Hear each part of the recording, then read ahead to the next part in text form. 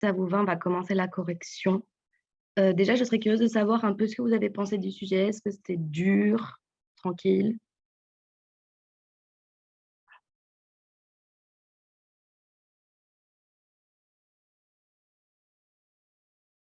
Ah, c'était long et pourtant j'ai raccourci, hein, parce que de base, je voulais poser plus de questions, mais OK, bon. De toute façon, là, je vais faire une, correction assez détaillée et heu et ensuite j'adapterai le barème sur vos copies. Ben, on va les faire ensemble. Les 2 autres questions que je voulais poser, je les ai mis, en question bonus, comme ça on les fera à l'oral ensemble. La deuxième question, c'était quoi? C'était sur, les formes. Ah bah, ah oui, je comprends. Bon, on va essayer de commencer ensemble. Alors, partager l'écran. Clac. Est-ce que vous voyez mon écran là? C'est good.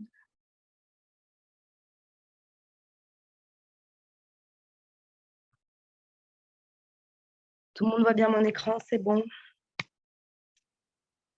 Parfait. Donc, on était oups là, pardon, je fais des bêtises.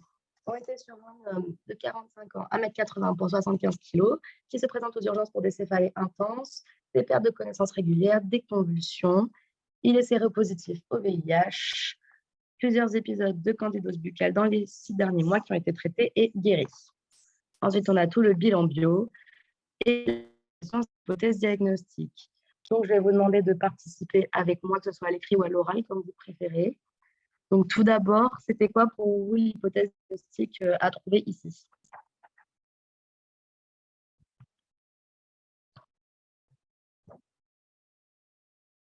Ah non, c'était pas la toxoplasmose. Exact, la toxoplasmose. Bravo. C'est ça, toxoplasmose cérébrale. Du coup, comment vous auriez formulé ça? Donc, moi, j'ai formulé en. Ouais, désolée, mais c'était le diagnostic différentiel, c'était pas très loin. Mais on va voir pourquoi c'était pas ça. Du coup, c'est réactivation d'une toxoplasmose cérébrale dans un contexte d'immunodépression euh, au stade SIDA, donc VIH+. Est-ce que vous connaissez un petit peu le classement pour la toxoplasmose? Ouais, mais finalement, un cas de cryptococcus neuroméningé ou de toxoplasmose cérébrale, il n'y a pas tant d'éléments qui expliquent que ça. Mais là, il y avait quand même quelques éléments qui poussaient à croire plus que c'était la toxoplasmose. Ah, je vais parler plus doucement. Là, ça va? Parfait. Du coup, est-ce que, oui, c'est ça, on est d'accord, l'IRM, c'était spécifique. Euh, du coup, est-ce que vous connaissez ouais, le classement de Toxoplasma gondii? Donc là, il fallait mettre, par exemple, la classe, tout ça, l'ordre. Alors ça, c'est très difficile à retenir, je conçois. Ouais, puis complexa, c'est bien ça. OK. Protozoaire, oui. C'est un parasite qui est intracellulaire. Et ensuite, une fois qu'on a défini notre hypothèse diagnostique, ben moi, j'ai mis plutôt là, tu vois? Parce qu'après, on nous parlait vraiment des formes. Là, on pose le diagnostic de toxoplasmose, donc en fait, tu décris un petit peu le parasite sans aller dans les détails, vu que les questions d'après demandent les formes et le cycle. Ensuite, le terrain. Vous avez mis quoi pour le terrain? La classe, ben, c'est l'ordre. La classe ici, là, c'est Conoidae. Je vais le mettre juste après dans le diapo. Ah purée, attendez, vraiment on m'entend plus?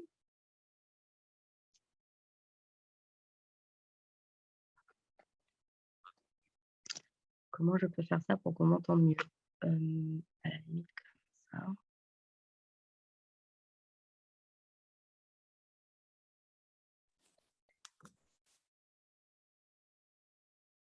Est-ce que là, on m'entend bien? Oui, là, c'est mieux? OK, parfait. Hop. Du coup, le terrain, donc j'ai vu stade SIDA, oui, terrain d'immunodépression, déficit immunité, oui. En plus, c'est un homme, donc on n'est pas sur une toxoplasmose congénitale.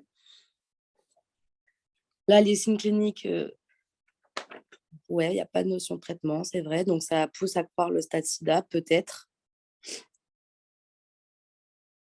Hop, je vais vous mettre la correction, comme ça on en parle ensemble, si ça veut bien marcher.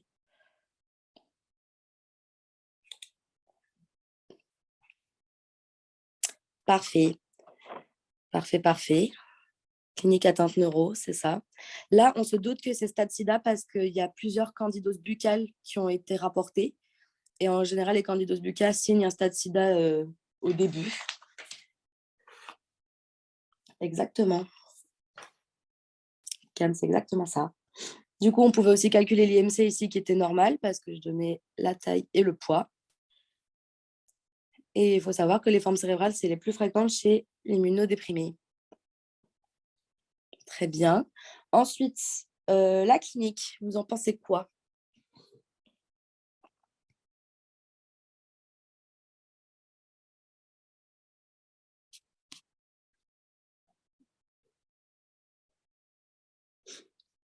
Au niveau de la clinique, tous les signes appartenaient un peu à une même catégorie.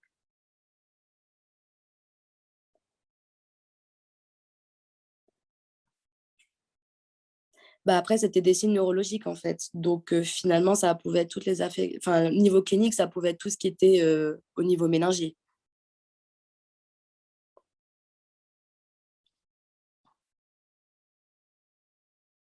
Après ça, là, niveau méningoencéphalite, le LCR était normal, plus ou moins. Donc c'était enfin, était clair et cetera. Donc ouais, on est plutôt sur une sorte de méningoencéphalite à toxoplasmose. Je vais t'expliquer, Ouliana, tu vas voir, avec, la paraclinique. T'inquiète, ça arrive. Et au niveau de la biologie, vous avez trouvé quoi?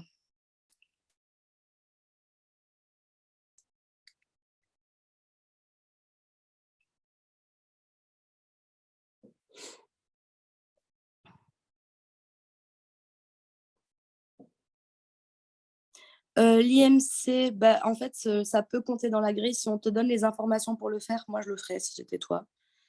Enfin, ouais, ça peut être important de dire qu'il est, normal. Donc hyperleucocytose, oui. On a une hyperéosinophilie, oui. OK. Ce que j'ai fait d'abord, moi, c'est que j'ai fait le bilan bio d'un côté et le LCR de l'autre. Donc là, hyperlymphocytose, ouais, monocytose, exact. Au niveau de tout ce qui est bilan bio, là, de ce qu'on a sans le LCR, vraiment juste la bio, est-ce que ça vous évoque quelque chose?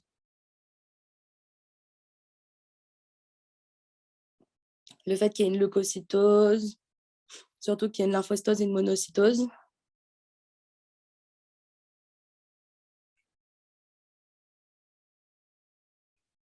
Ah, vous n'êtes pas loin, vous n'êtes pas loin. C'est le nom d'un syndrome. Ouais, exact, syndrome mononucléosique. Parfait. Et est-ce que quelqu'un saurait me dire pourquoi? Il peut prendre la parole, hein, si jamais.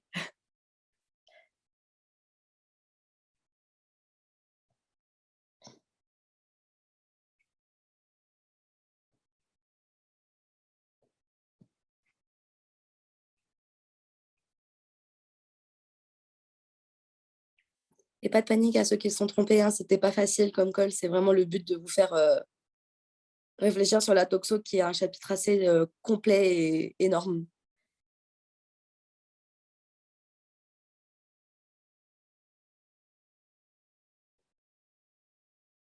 Non, il me semble que ça dépend, Cam. Il me semble pas que c'est que en primo-infection. Là, pour le coup, ça pourrait être le cas chez un VIH. En tout cas, bon, je vous mets la correction. Du coup, on avait bien des signes neuraux. Au niveau de la biologie, comme vous avez dit, la leucocytose, l'éosinophilie, la lymphocytose et la monocytose, qui nous portent à croire à un syndrome mononucléosique, car il y a 55% de cellules mononucléées qui sont les lymphocytes et les monocytes. Ici, les polynucléaires, donc les cellules à plusieurs noyaux, sont normales. Et c'est réactionnel dû à la réaction immunitaire du pathogène. Et du coup, au frontille sanguin, on trouverait des grands lymphocytes hyperbasophiles si jamais ils avaient fait un frottis qu'on saurait qu'ils avaient retrouvé. Ça va pour l'instant? Je sais que c'est difficile, mais ça va aller, je vous jure. Maintenant, on va parler du LCR. Donc, j'ai vu tout à l'heure hyperprotéinorachie, oui. Pour la glycorachie, par contre, il me semble qu'elle était normale. Ouais, voilà, normoglycorachie. Alors, pléiorachie, ouais, hypercellularité. Alors, moi, j'utilise le mot pléiocytose. C'est lui que j'ai appris pour le concours. J'avoue, hypercellularité, je crois que je n'ai jamais entendu. Mais pléiocytose, ouais. Est-ce qu'il y a une prédominance à... Ouais. Ouais, les cellules mononucléées, c'est monocytes et lymphocytes. Tout ce qui est polynucléaire, du coup, c'est plusieurs noyaux, donc pas mononucléé. Mononucléé, c'est un seul noyau.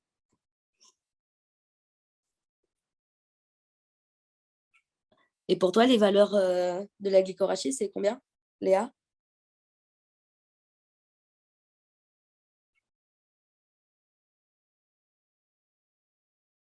Non, ça, c'est les valeurs du glucose dans le sang. Ça, c'est les valeurs du glucose dans le sang. Pour le glucose dans le LCR, c'est 2,5 à 3,5 millimoles par litre. Pas de souci. Et Alexandre, toi, ce que tu m'as donné, c'est les valeurs pour les protéines dans le LCR.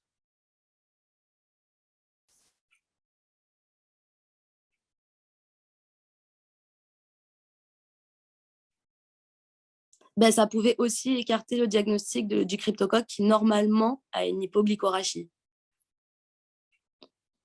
Alors, pour le rapport de glucose dans le LCR et de glucose dans le sang, personnellement, j'avais juste appris la formule qui est dans le de Break de Bacterio qui nous dit que ouais, normalement, c'est supérieur à 0,5. Après, franchement, ça tombe quasiment jamais, ce rapport-là. Enfin, moi, je l'ai vu pas souvent. Mais ouais, normalement, juste tu fais le rapport des deux. Et pour moi, si le glucose n'était pas normal, tu pouvais quand même le faire. Après, si tu veux, j'essaierai de me renseigner là-dessus.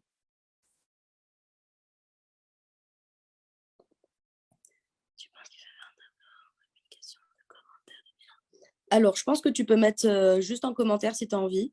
Moi, ce que j'ai fait, c'est que je l'ai mis en tableau juste pour que ce soit, d'ailleurs, je vais l'afficher, pour que ce soit plus facile à présenter. Comme ça, juste pour vous, c'était plus simple de montrer les valeurs normales, tout ça.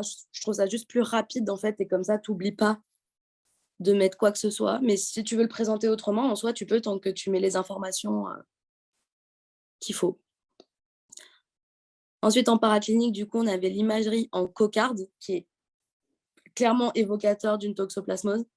Donc, c'est ce qui poussait vraiment à croire que c'était la toxo. Et en diagnostic différentiel, bah, évidemment, la cryptococcose neuroméningée. Ici, il n'y avait pas d'atteinte pulmonaire, il n'y avait pas vraiment de syndrome méningé franc avec des raideurs de nuque ou quoi que ce soit. Et ici, le syndrome mononucléosique nous poussait également à croire que c'était la toxo. Et l'imagerie en cocarde aussi, surtout. Après ça, j'avoue, c'était un peu difficile de savoir que c'était la toxo, mais il y avait quand même des petits éléments qui poussaient à croire que, je sais pas, par exemple, l'imagerie en cocarde, Echinococcus granulosus. Ah, j'y ai pas pensé à ça. Attends, je regarde. Tac, tac, tac. Alors, l'imagerie en cocarde, moi, je travaille principalement avec le De Bouec, donc oui, c'est dans le De Bouec, mais c'est aussi dans le livre des profs. C'est aussi dans le collège. En fait, c'est un peu partout, l'imagerie en cocarde pour la toxo. Alors, Echinococcus.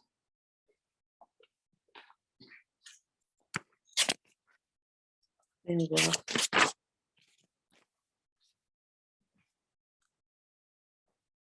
C'est vrai que ouais, c'est possible que ça se loge dans le cerveau.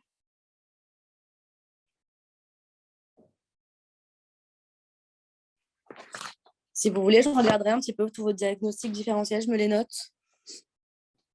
Et je regarderai encéphalite herpétique. C'est vrai qu'en soi, le LCR était clair, donc ça aurait pu être viral.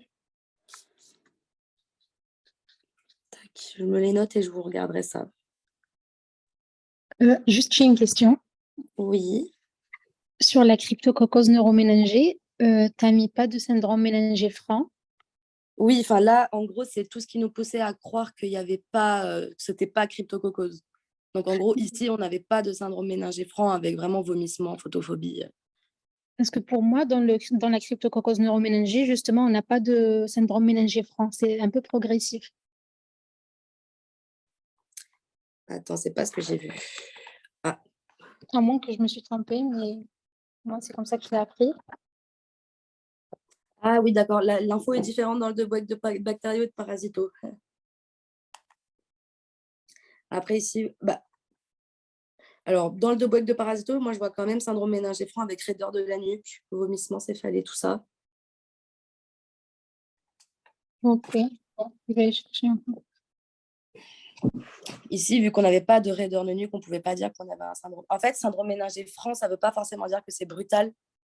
C'est vraiment, comment te dire, la clinique qui va te pousser à dire que c'est un syndrome méningé franc avec tout ce qui est raideur de nuque et tout. Après, Ok. ça peut être...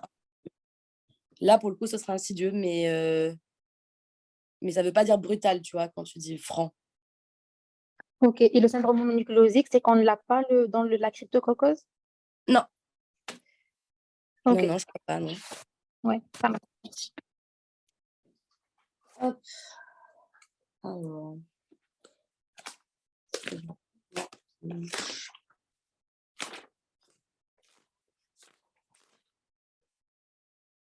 Est-ce que vous savez les 4 justement agents pathogènes qu'on trouve dans le syndrome mononucléosique?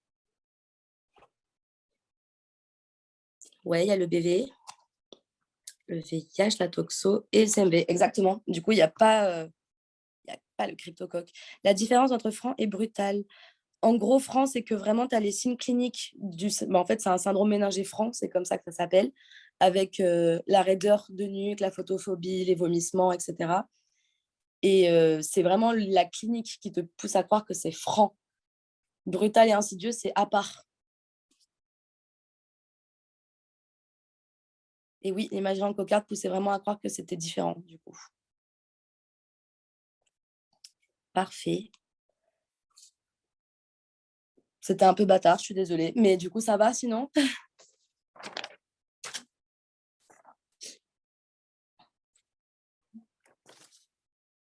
Pour moi, oui, Cam, ça peut être franc et brutal ou franc et progressif.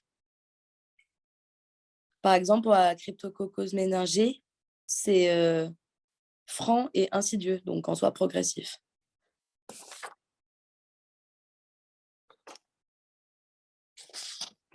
Parfait. Donc ensuite, la question 2. Les formes de l'agent pathogène. Donc, est-ce que vous connaissez les 3 formes du coup de la toxoplasmose?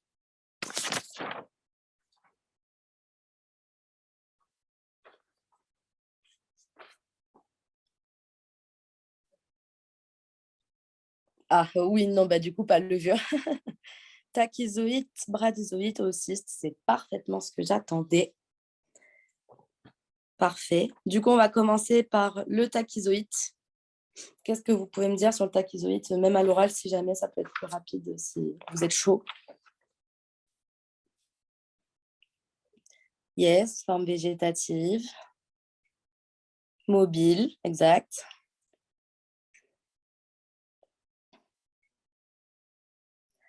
Bon, ensuite, normalement, il faudrait mettre les dimensions, même si je conçois que c'est très difficile à retenir.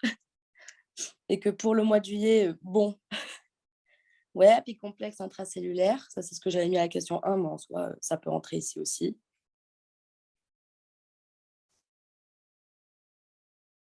OK.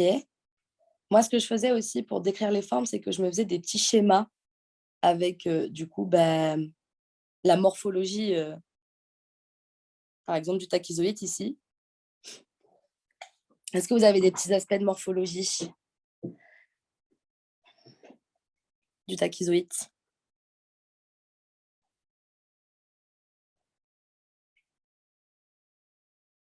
Ouais, le complexe apical. Il y a quoi qui constitue le complexe apical?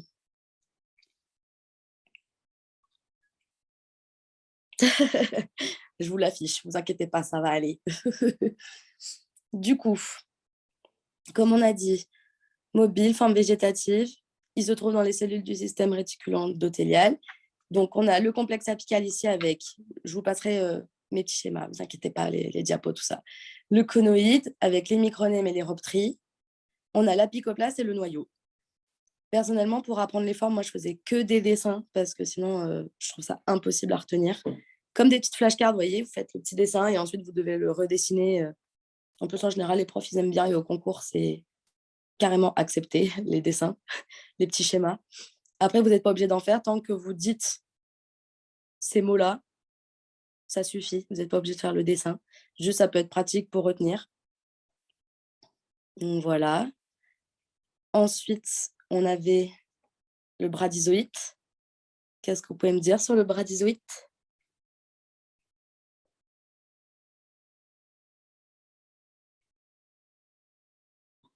Ouais.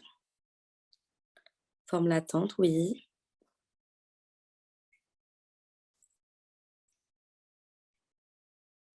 Forme kyste, ouais. Ça se retrouve dans les kystes, les bradyzoïdes. Ouais, immobile.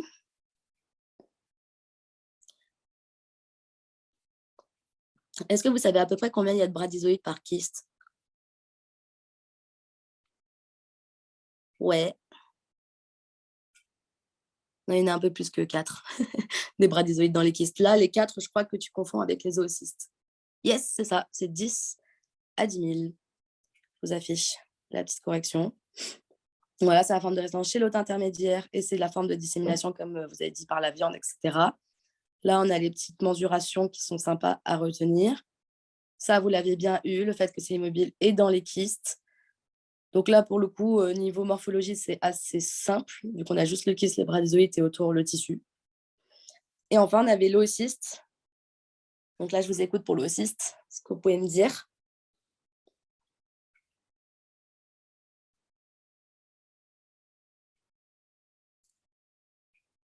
Ouais, la forme de dissémination et surtout la forme de résistance dans l'environnement. Immobile aussi, oui. Ce qui est important aussi souvent, c'est de dire où ça se situe. Donc là, les oocystes, ils sont où? Ouais, chez l'hôte définitif, c'est ça.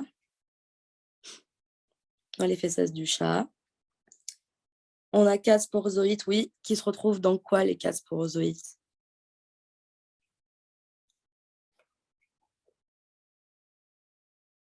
Non, j'ai relis bien ta question, Marie. J'ai bien dit les formes de l'agent pathogène mis en cause chez le patient.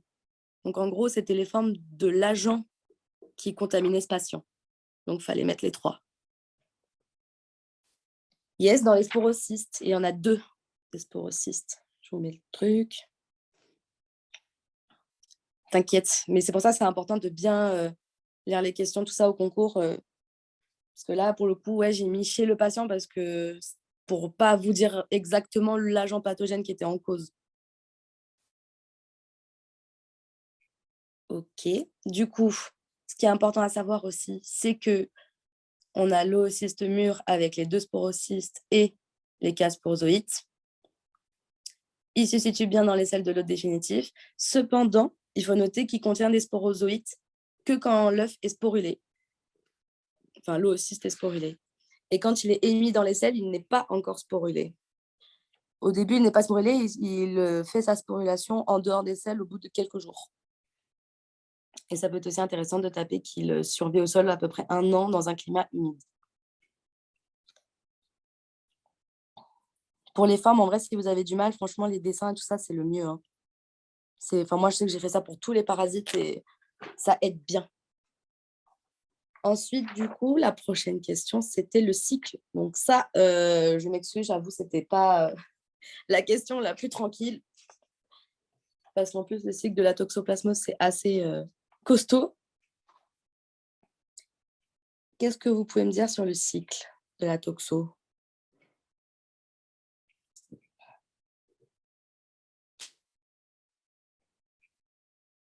Les schémas, oui, c'est moi qui les ai faits.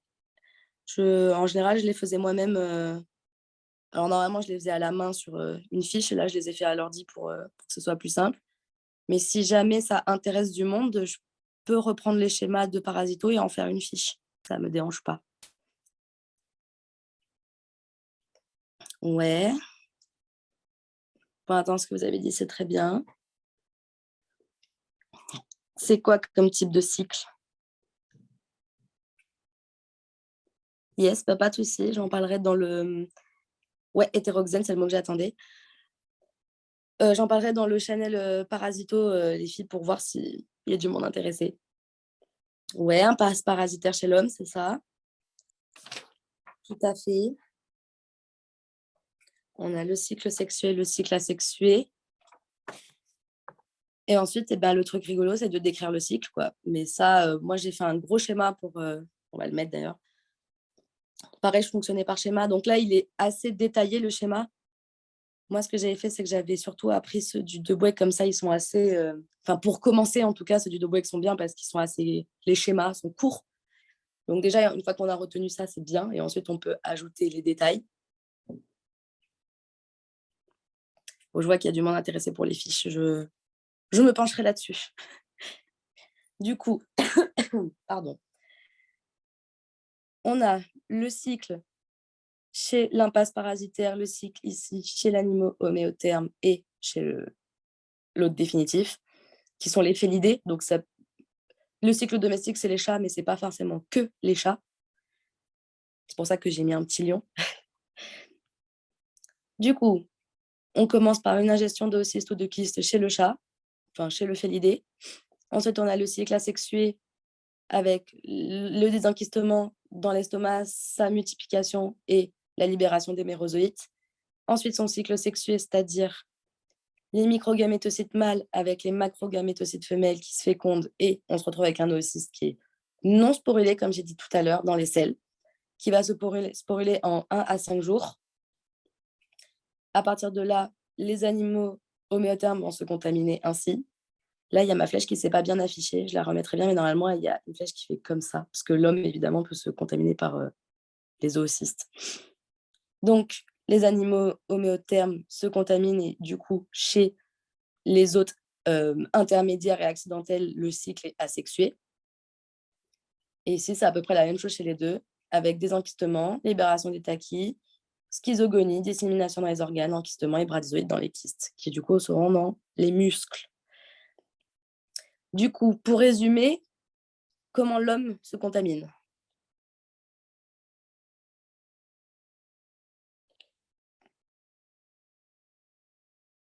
C'est à vous. Ok, ouais, il y a l'ingestion d'oocyste.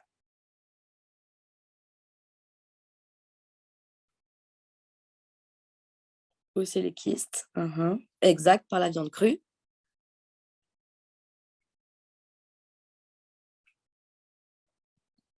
Yes, les tachyzoïdes de la mère au fœtus, ouais.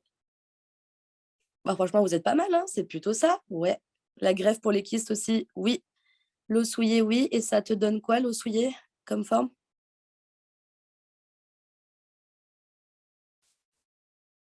Ouais, les oocystes, c'est ça. Franchement, vous êtes pas mal. Ouais, les selles du chat, ça donne les oocystes. Donc, les végétaux souillés, hydriques, telluriques, il y a tout ce qui est litière de chat, contact avec les chats, ici. Ensuite, on a les kystes, qui sont chez les hôtes intermédiaires, donc nos petits animaux homéothermes.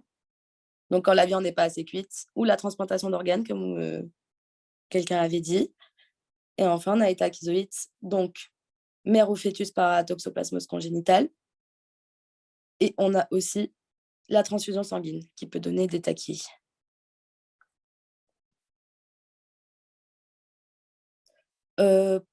Pour moi, oui, parce que de toute façon, regarde, quand tu mets le cycle là, tu montres bien que ton homme, l'homme est contaminé par les 3. Normalement, c'est ça, il y a des flèches qui vont vers le haut, je le mettrai bien sur la correction. Et bien contaminé par les 3 formes. Donc, pour moi, c'est intéressant de dire bien comment... Alors, peut-être pas forcément aussi détaillé s'il n'y a pas le temps. Là, c'est surtout pour que vous ayez bien les infos. Mais pour moi, oui, c'est important. Alors, la dernière question que vous aviez à rédiger. Pour vous, le traitement du patient. Donc, tout d'abord, on va parler des protocoles de traitement avant de parler vraiment du mécanisme d'action. Donc, pour vous, on le traite par quoi?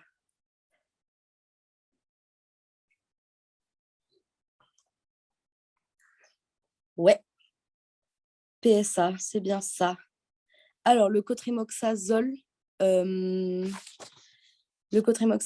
tu peux, mais c'est en alternative. C'est pas le traitement de première intention. Traitement de première intention, pardon, c'est le PSA. Les alternatives, on a bien le cotrimoxazole. On a quoi d'autre? Le cotrimoxazole, c'est oui, c'est aussi en prophylaxie. Ça, on en parlera juste après. On a la tovacone, ouais, seule. Et on a aussi la pyrimétamine avec la clindamycine. Yes, 3 à 6 semaines. Alors, normalement, c'est 6 semaines pour le traitement d'attaque. Péros, ouais. Parfait. Et vous êtes bien, hein? Ouais, ambulatoire. Il y a une petite phrase clé à savoir sur les traitements. Oui, là, pardon, ouais, si, là, on va le mettre en hospitalisation, t'as raison. J'ai pas percuté. Si, t'as raison. Excuse-moi, j'étais concentrée dans mon truc. Oui, hospitalisation.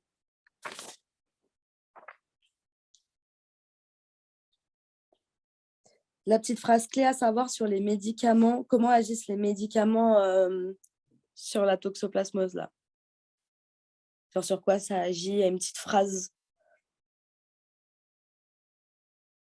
Ouais, c'est bien ça. Exactement. Action sur les tachyzoïdes circulants et pas sur les kystes qui sont déjà dans les muscles.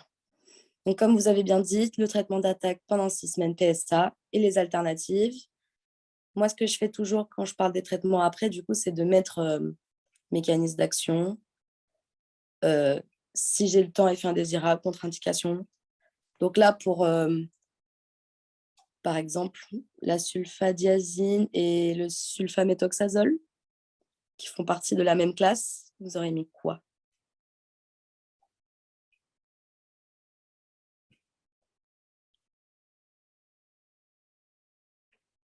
Ouais, sulfamide.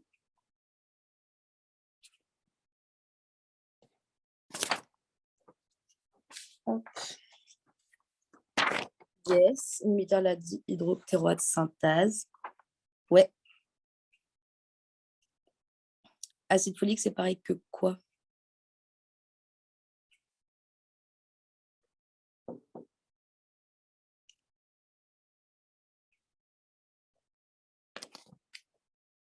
Non, il me semble que c'est pas pareil, acide folique et acide folinique. Alors, attends que je réfléchisse, que je me souvienne. C'est pas la même chose parce que, je sais plus, il y en a un qui est pas pareil dans le métabolisme que l'autre. Il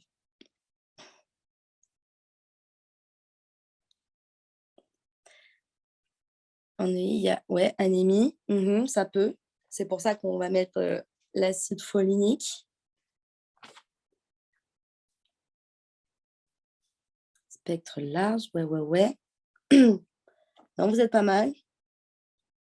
Si vous savez dans quel cas c'est contre-indiqué, enfin, s'il y a une petite contre-indication assez importante pour les sulfamides.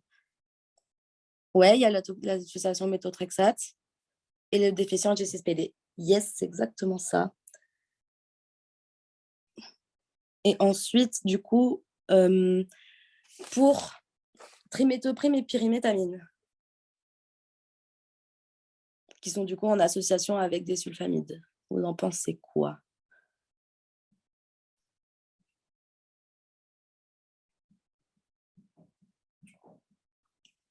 Ouais, c'est ça. Yes, inhibiteur des dihydrofolate réductase.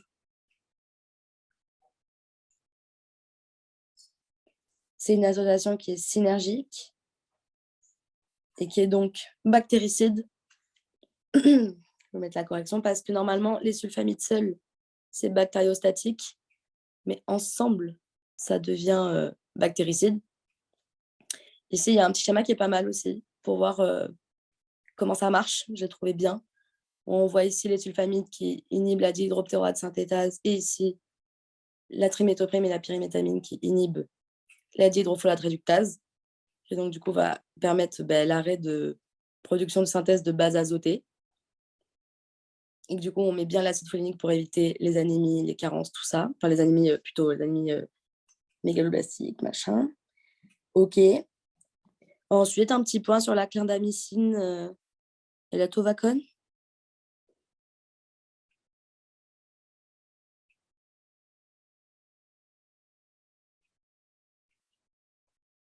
Pour vous, la clindamycine, c'est quoi? Ouais, l'incosamide. Tout à fait. Ouais, apparenté aux macrolides. Pour les effets indésirables, je les ai pas trouvés, mais je peux essayer d'approfondir ça, si tu veux. Je vais aller voir dans les RCP, si tu veux que je les trouve. Inhibe la synthèse protéique, ouais. Comment? Très bien, très bien. Et la tovacone, il n'y a pas beaucoup d'infos dans les bouquins, mais vous auriez mis quoi, vite fait, comme petite phrase?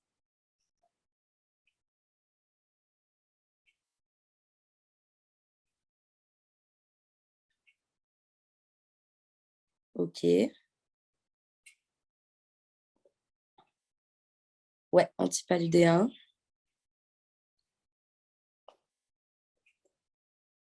Parfait. Avec le fait qu'il inhibe le transport mitochondrial des électrons et donc la synthèse d'ATP. Eh bien, vous êtes vachement bon, dis donc. Du coup, les petites questions bonus que je voulais traiter avec vous, sans le mettre dans le sujet parce que sinon, ça serait beaucoup trop long, c'était les moyens de prophylaxie. Est-ce que vous avez une idée des moyens de prophylaxie dans ce contexte? D'abord, ce qui est important, c'est de bien organiser sa réponse.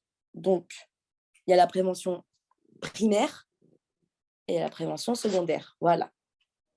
Donc, la prévention primaire, vous mettriez quoi?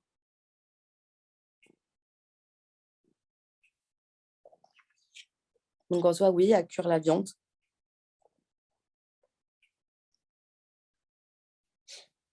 Chez le CD1 plutôt. Non, enfin, ouais, chez le VIH+. Hop, lavage des mains, ouais. Donc ça, c'est pour se prémunir de la forme, des formes oocystes et kystiques.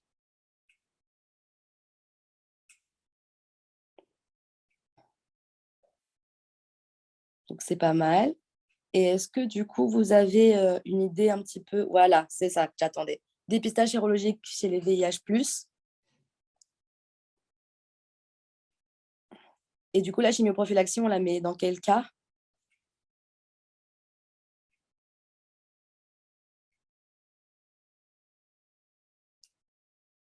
Alors oui, mais on ne va pas la mettre chez tous les gens qui ont un VIH, la chimioprophylaxie. C'est ça, ouais, exactement. Si jamais, alors je vous mets la correction, hop. Du coup, comme vous avez bien dit, on va faire les conseils hygiéno-diététiques avec, pour les aussi, tout ce qui est lavage des mains, des crudités, la viande, les légumes et faire attention aux chats. Pour les kystes, les lavages des ustensiles, la cuisson et on peut faire aussi de la congélation pendant au moins 3 jours.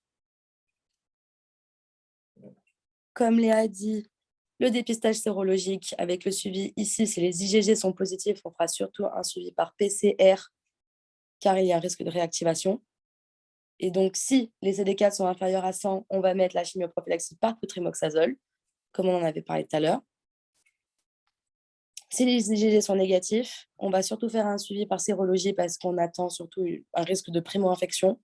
Et on va insister très fort sur les règles hygiéno-diététiques.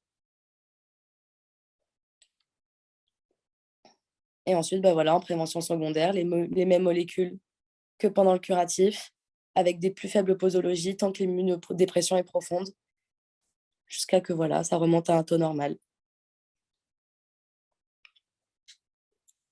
Et pour finir, est-ce que vous pourriez me dire les autres infections opportunistes possibles dans un contexte de sida?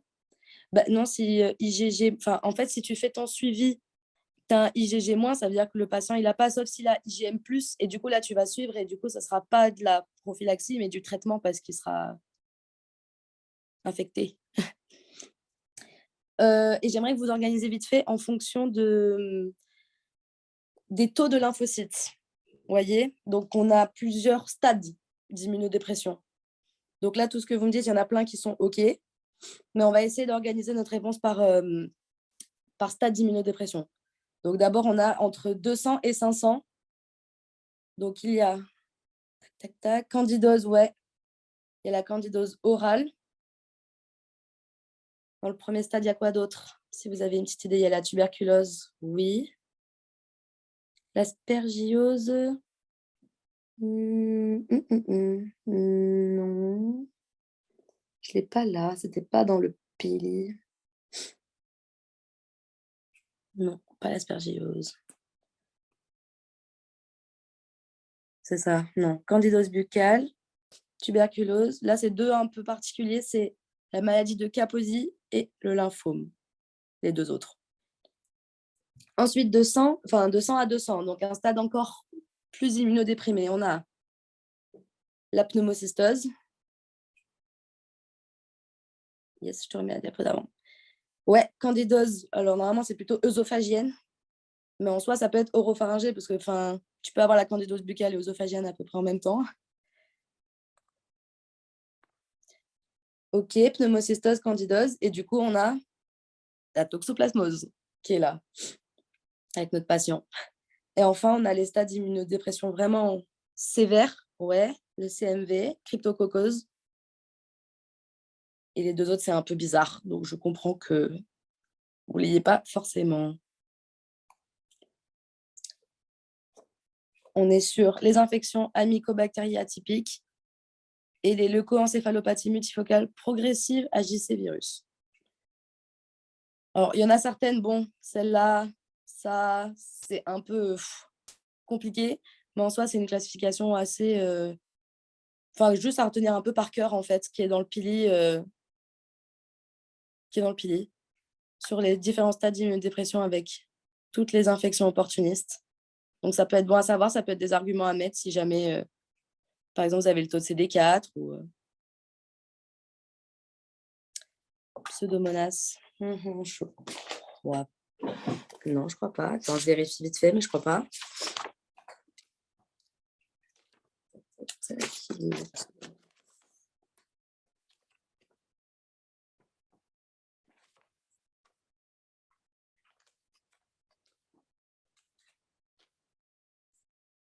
Ouais, je crois que c'est ça, Émile, tu as raison.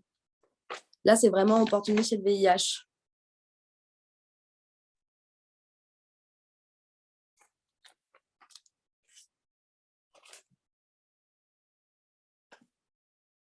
Et c'est nosocomial aussi, oui.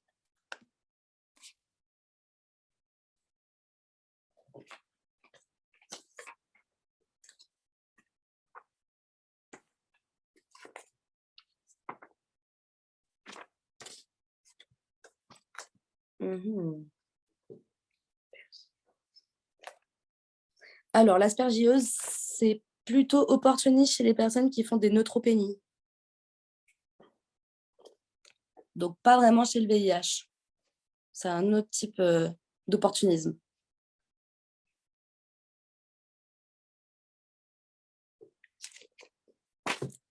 Hop, là, c'était vraiment chez le VIH plutôt. Bon, eh bien, on en a à peu près terminé. J'espère que malgré que c'était difficile, ça vous a servi d'apprendre des choses. Le stade SIDA, c'est quand tu as une infection opportuniste classante, donc une qui est par là, et que du coup, chez un patient VIH+.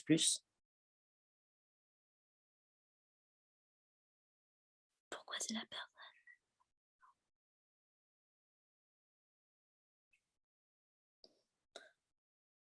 C'est une bonne question, ça. Alors, attends, pourquoi la personne?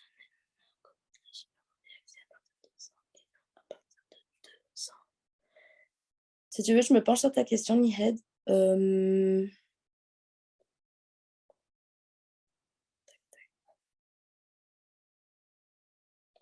Ouais, je vais regarder ça. Je me la prends. Attends, tac. Et oui, tu peux poser ta question à l'oral si tu veux. Je ne sais pas si j'aurai la réponse, mais tu peux la poser à l'oral si tu veux. Bonjour, je ne sais pas si on m'entend bien. Oui. Non, c'est juste une petite question pour revenir sur le syndrome mononucléosique. Moi, enfin, je sais pas, mais on avait l'imagerie avec l'aspect en cocarde. Et Ouais. alors, dans le DEBOC et dans le collège aussi de Parasito, ils mettent que l'aspect en cocarde, c'est en lien avec un abcès et ça témoigne du coup de la réactivation mais du coup, du toxoplasme. Et Ouais. peut-être qu'il y a peut-être des exceptions, mais dans le DEBOC d'hémato et dans le collège d'hémato, ils mettent que les syndromes mononucléosiques, ils peuvent survenir uniquement genre, lors des primo-infections. Du coup, moi, ça m'a fait bugger genre, sur le cas. Et je sais pas s'il y a des exceptions, parce que dans le collège d'hémato et dans le DEBOC, c'est vraiment écrit genre primo-infection. Donc du coup, c'était pas, je trouvais que c'était un peu bizarre. Ok, bah, écoute, j'ai dû louper l'info, si jamais c'est bien ça. Si tu veux, C'est je écrit regarderai. dans le livre des maths, là, le DEBOC, là, il y a écrit en bleu en plus, en gras, primo-infection. Je crois que, et du coup, voilà, du coup, ouais, ça m'a fait un peu bugger aussi. Ok, bah, je regarderai ça et je reviendrai vers vous dans le canal Parasito.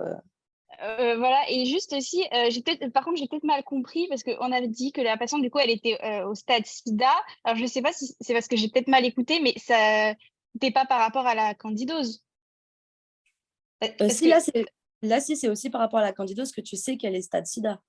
Parce que dans le DEBOC aussi, ils font la distinction entre la candidose buccale et œsophagienne. Et Oui. ils mettent que la candidose buccale, ça survient chez le patient VIH, mais la candidose œsophagienne, c'est celle qui survient chez le sujet, du coup, au stade SIDA.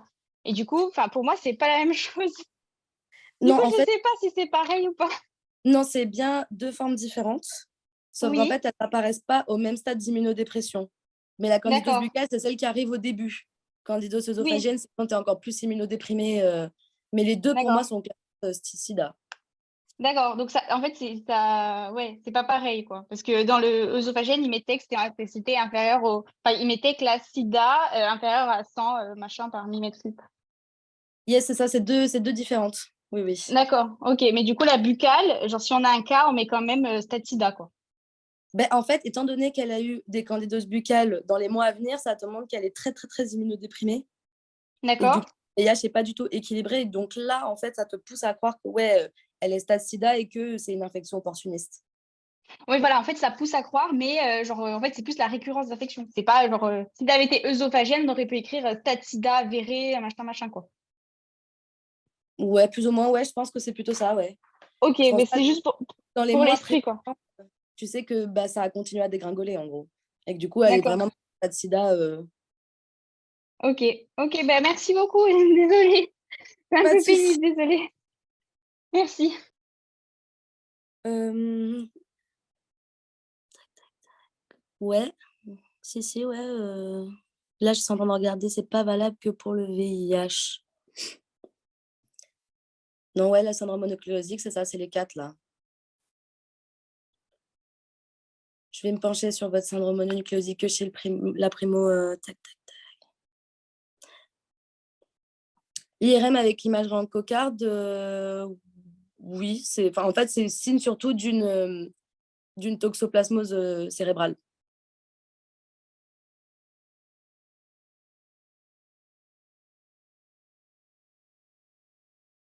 Le syndrome mononucléosique peut survenir chez le VIH pur, sauf que là, ça fait un moment qu'il est séropositif s'il est au stade SIDA. Donc là, le syndrome mononucléosique, c'était vraiment plus pour orienter sur la toxoplasmose plus que sur le VIH. Mais je vais regarder ça pour la candidose. Après ça, là, de toute façon, les candidoses buccales, il les a eues dans les mois précédents. Donc ça montre que il a continué à s'immunodéprimer encore plus. Et donc, il est au stade SIDA parce que de toute façon, il fait une toxoplasmose cérébrale. L'imagerie en cocarde, ça peut être aussi en primo-infection. Écoute, dans le DEBUC, il y a écrit que c'est en réactivation, l'abcès. Donc, je pense que c'est surtout en réactivation que tu as l'imagerie en cocarde. Ouais, c'est ça, plutôt réactivation.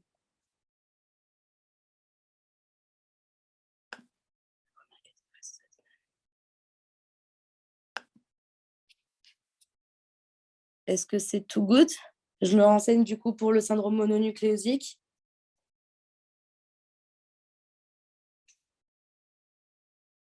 Super. Bon. Merci à tous pour cette colle. Je verrai du coup pour faire les fiches des formes des parasites, si ça peut vous aider. Et bien, bon courage à tout le monde. Et n'oubliez pas, ce soir, il y a petite conférence. Bonne journée. Bye bye.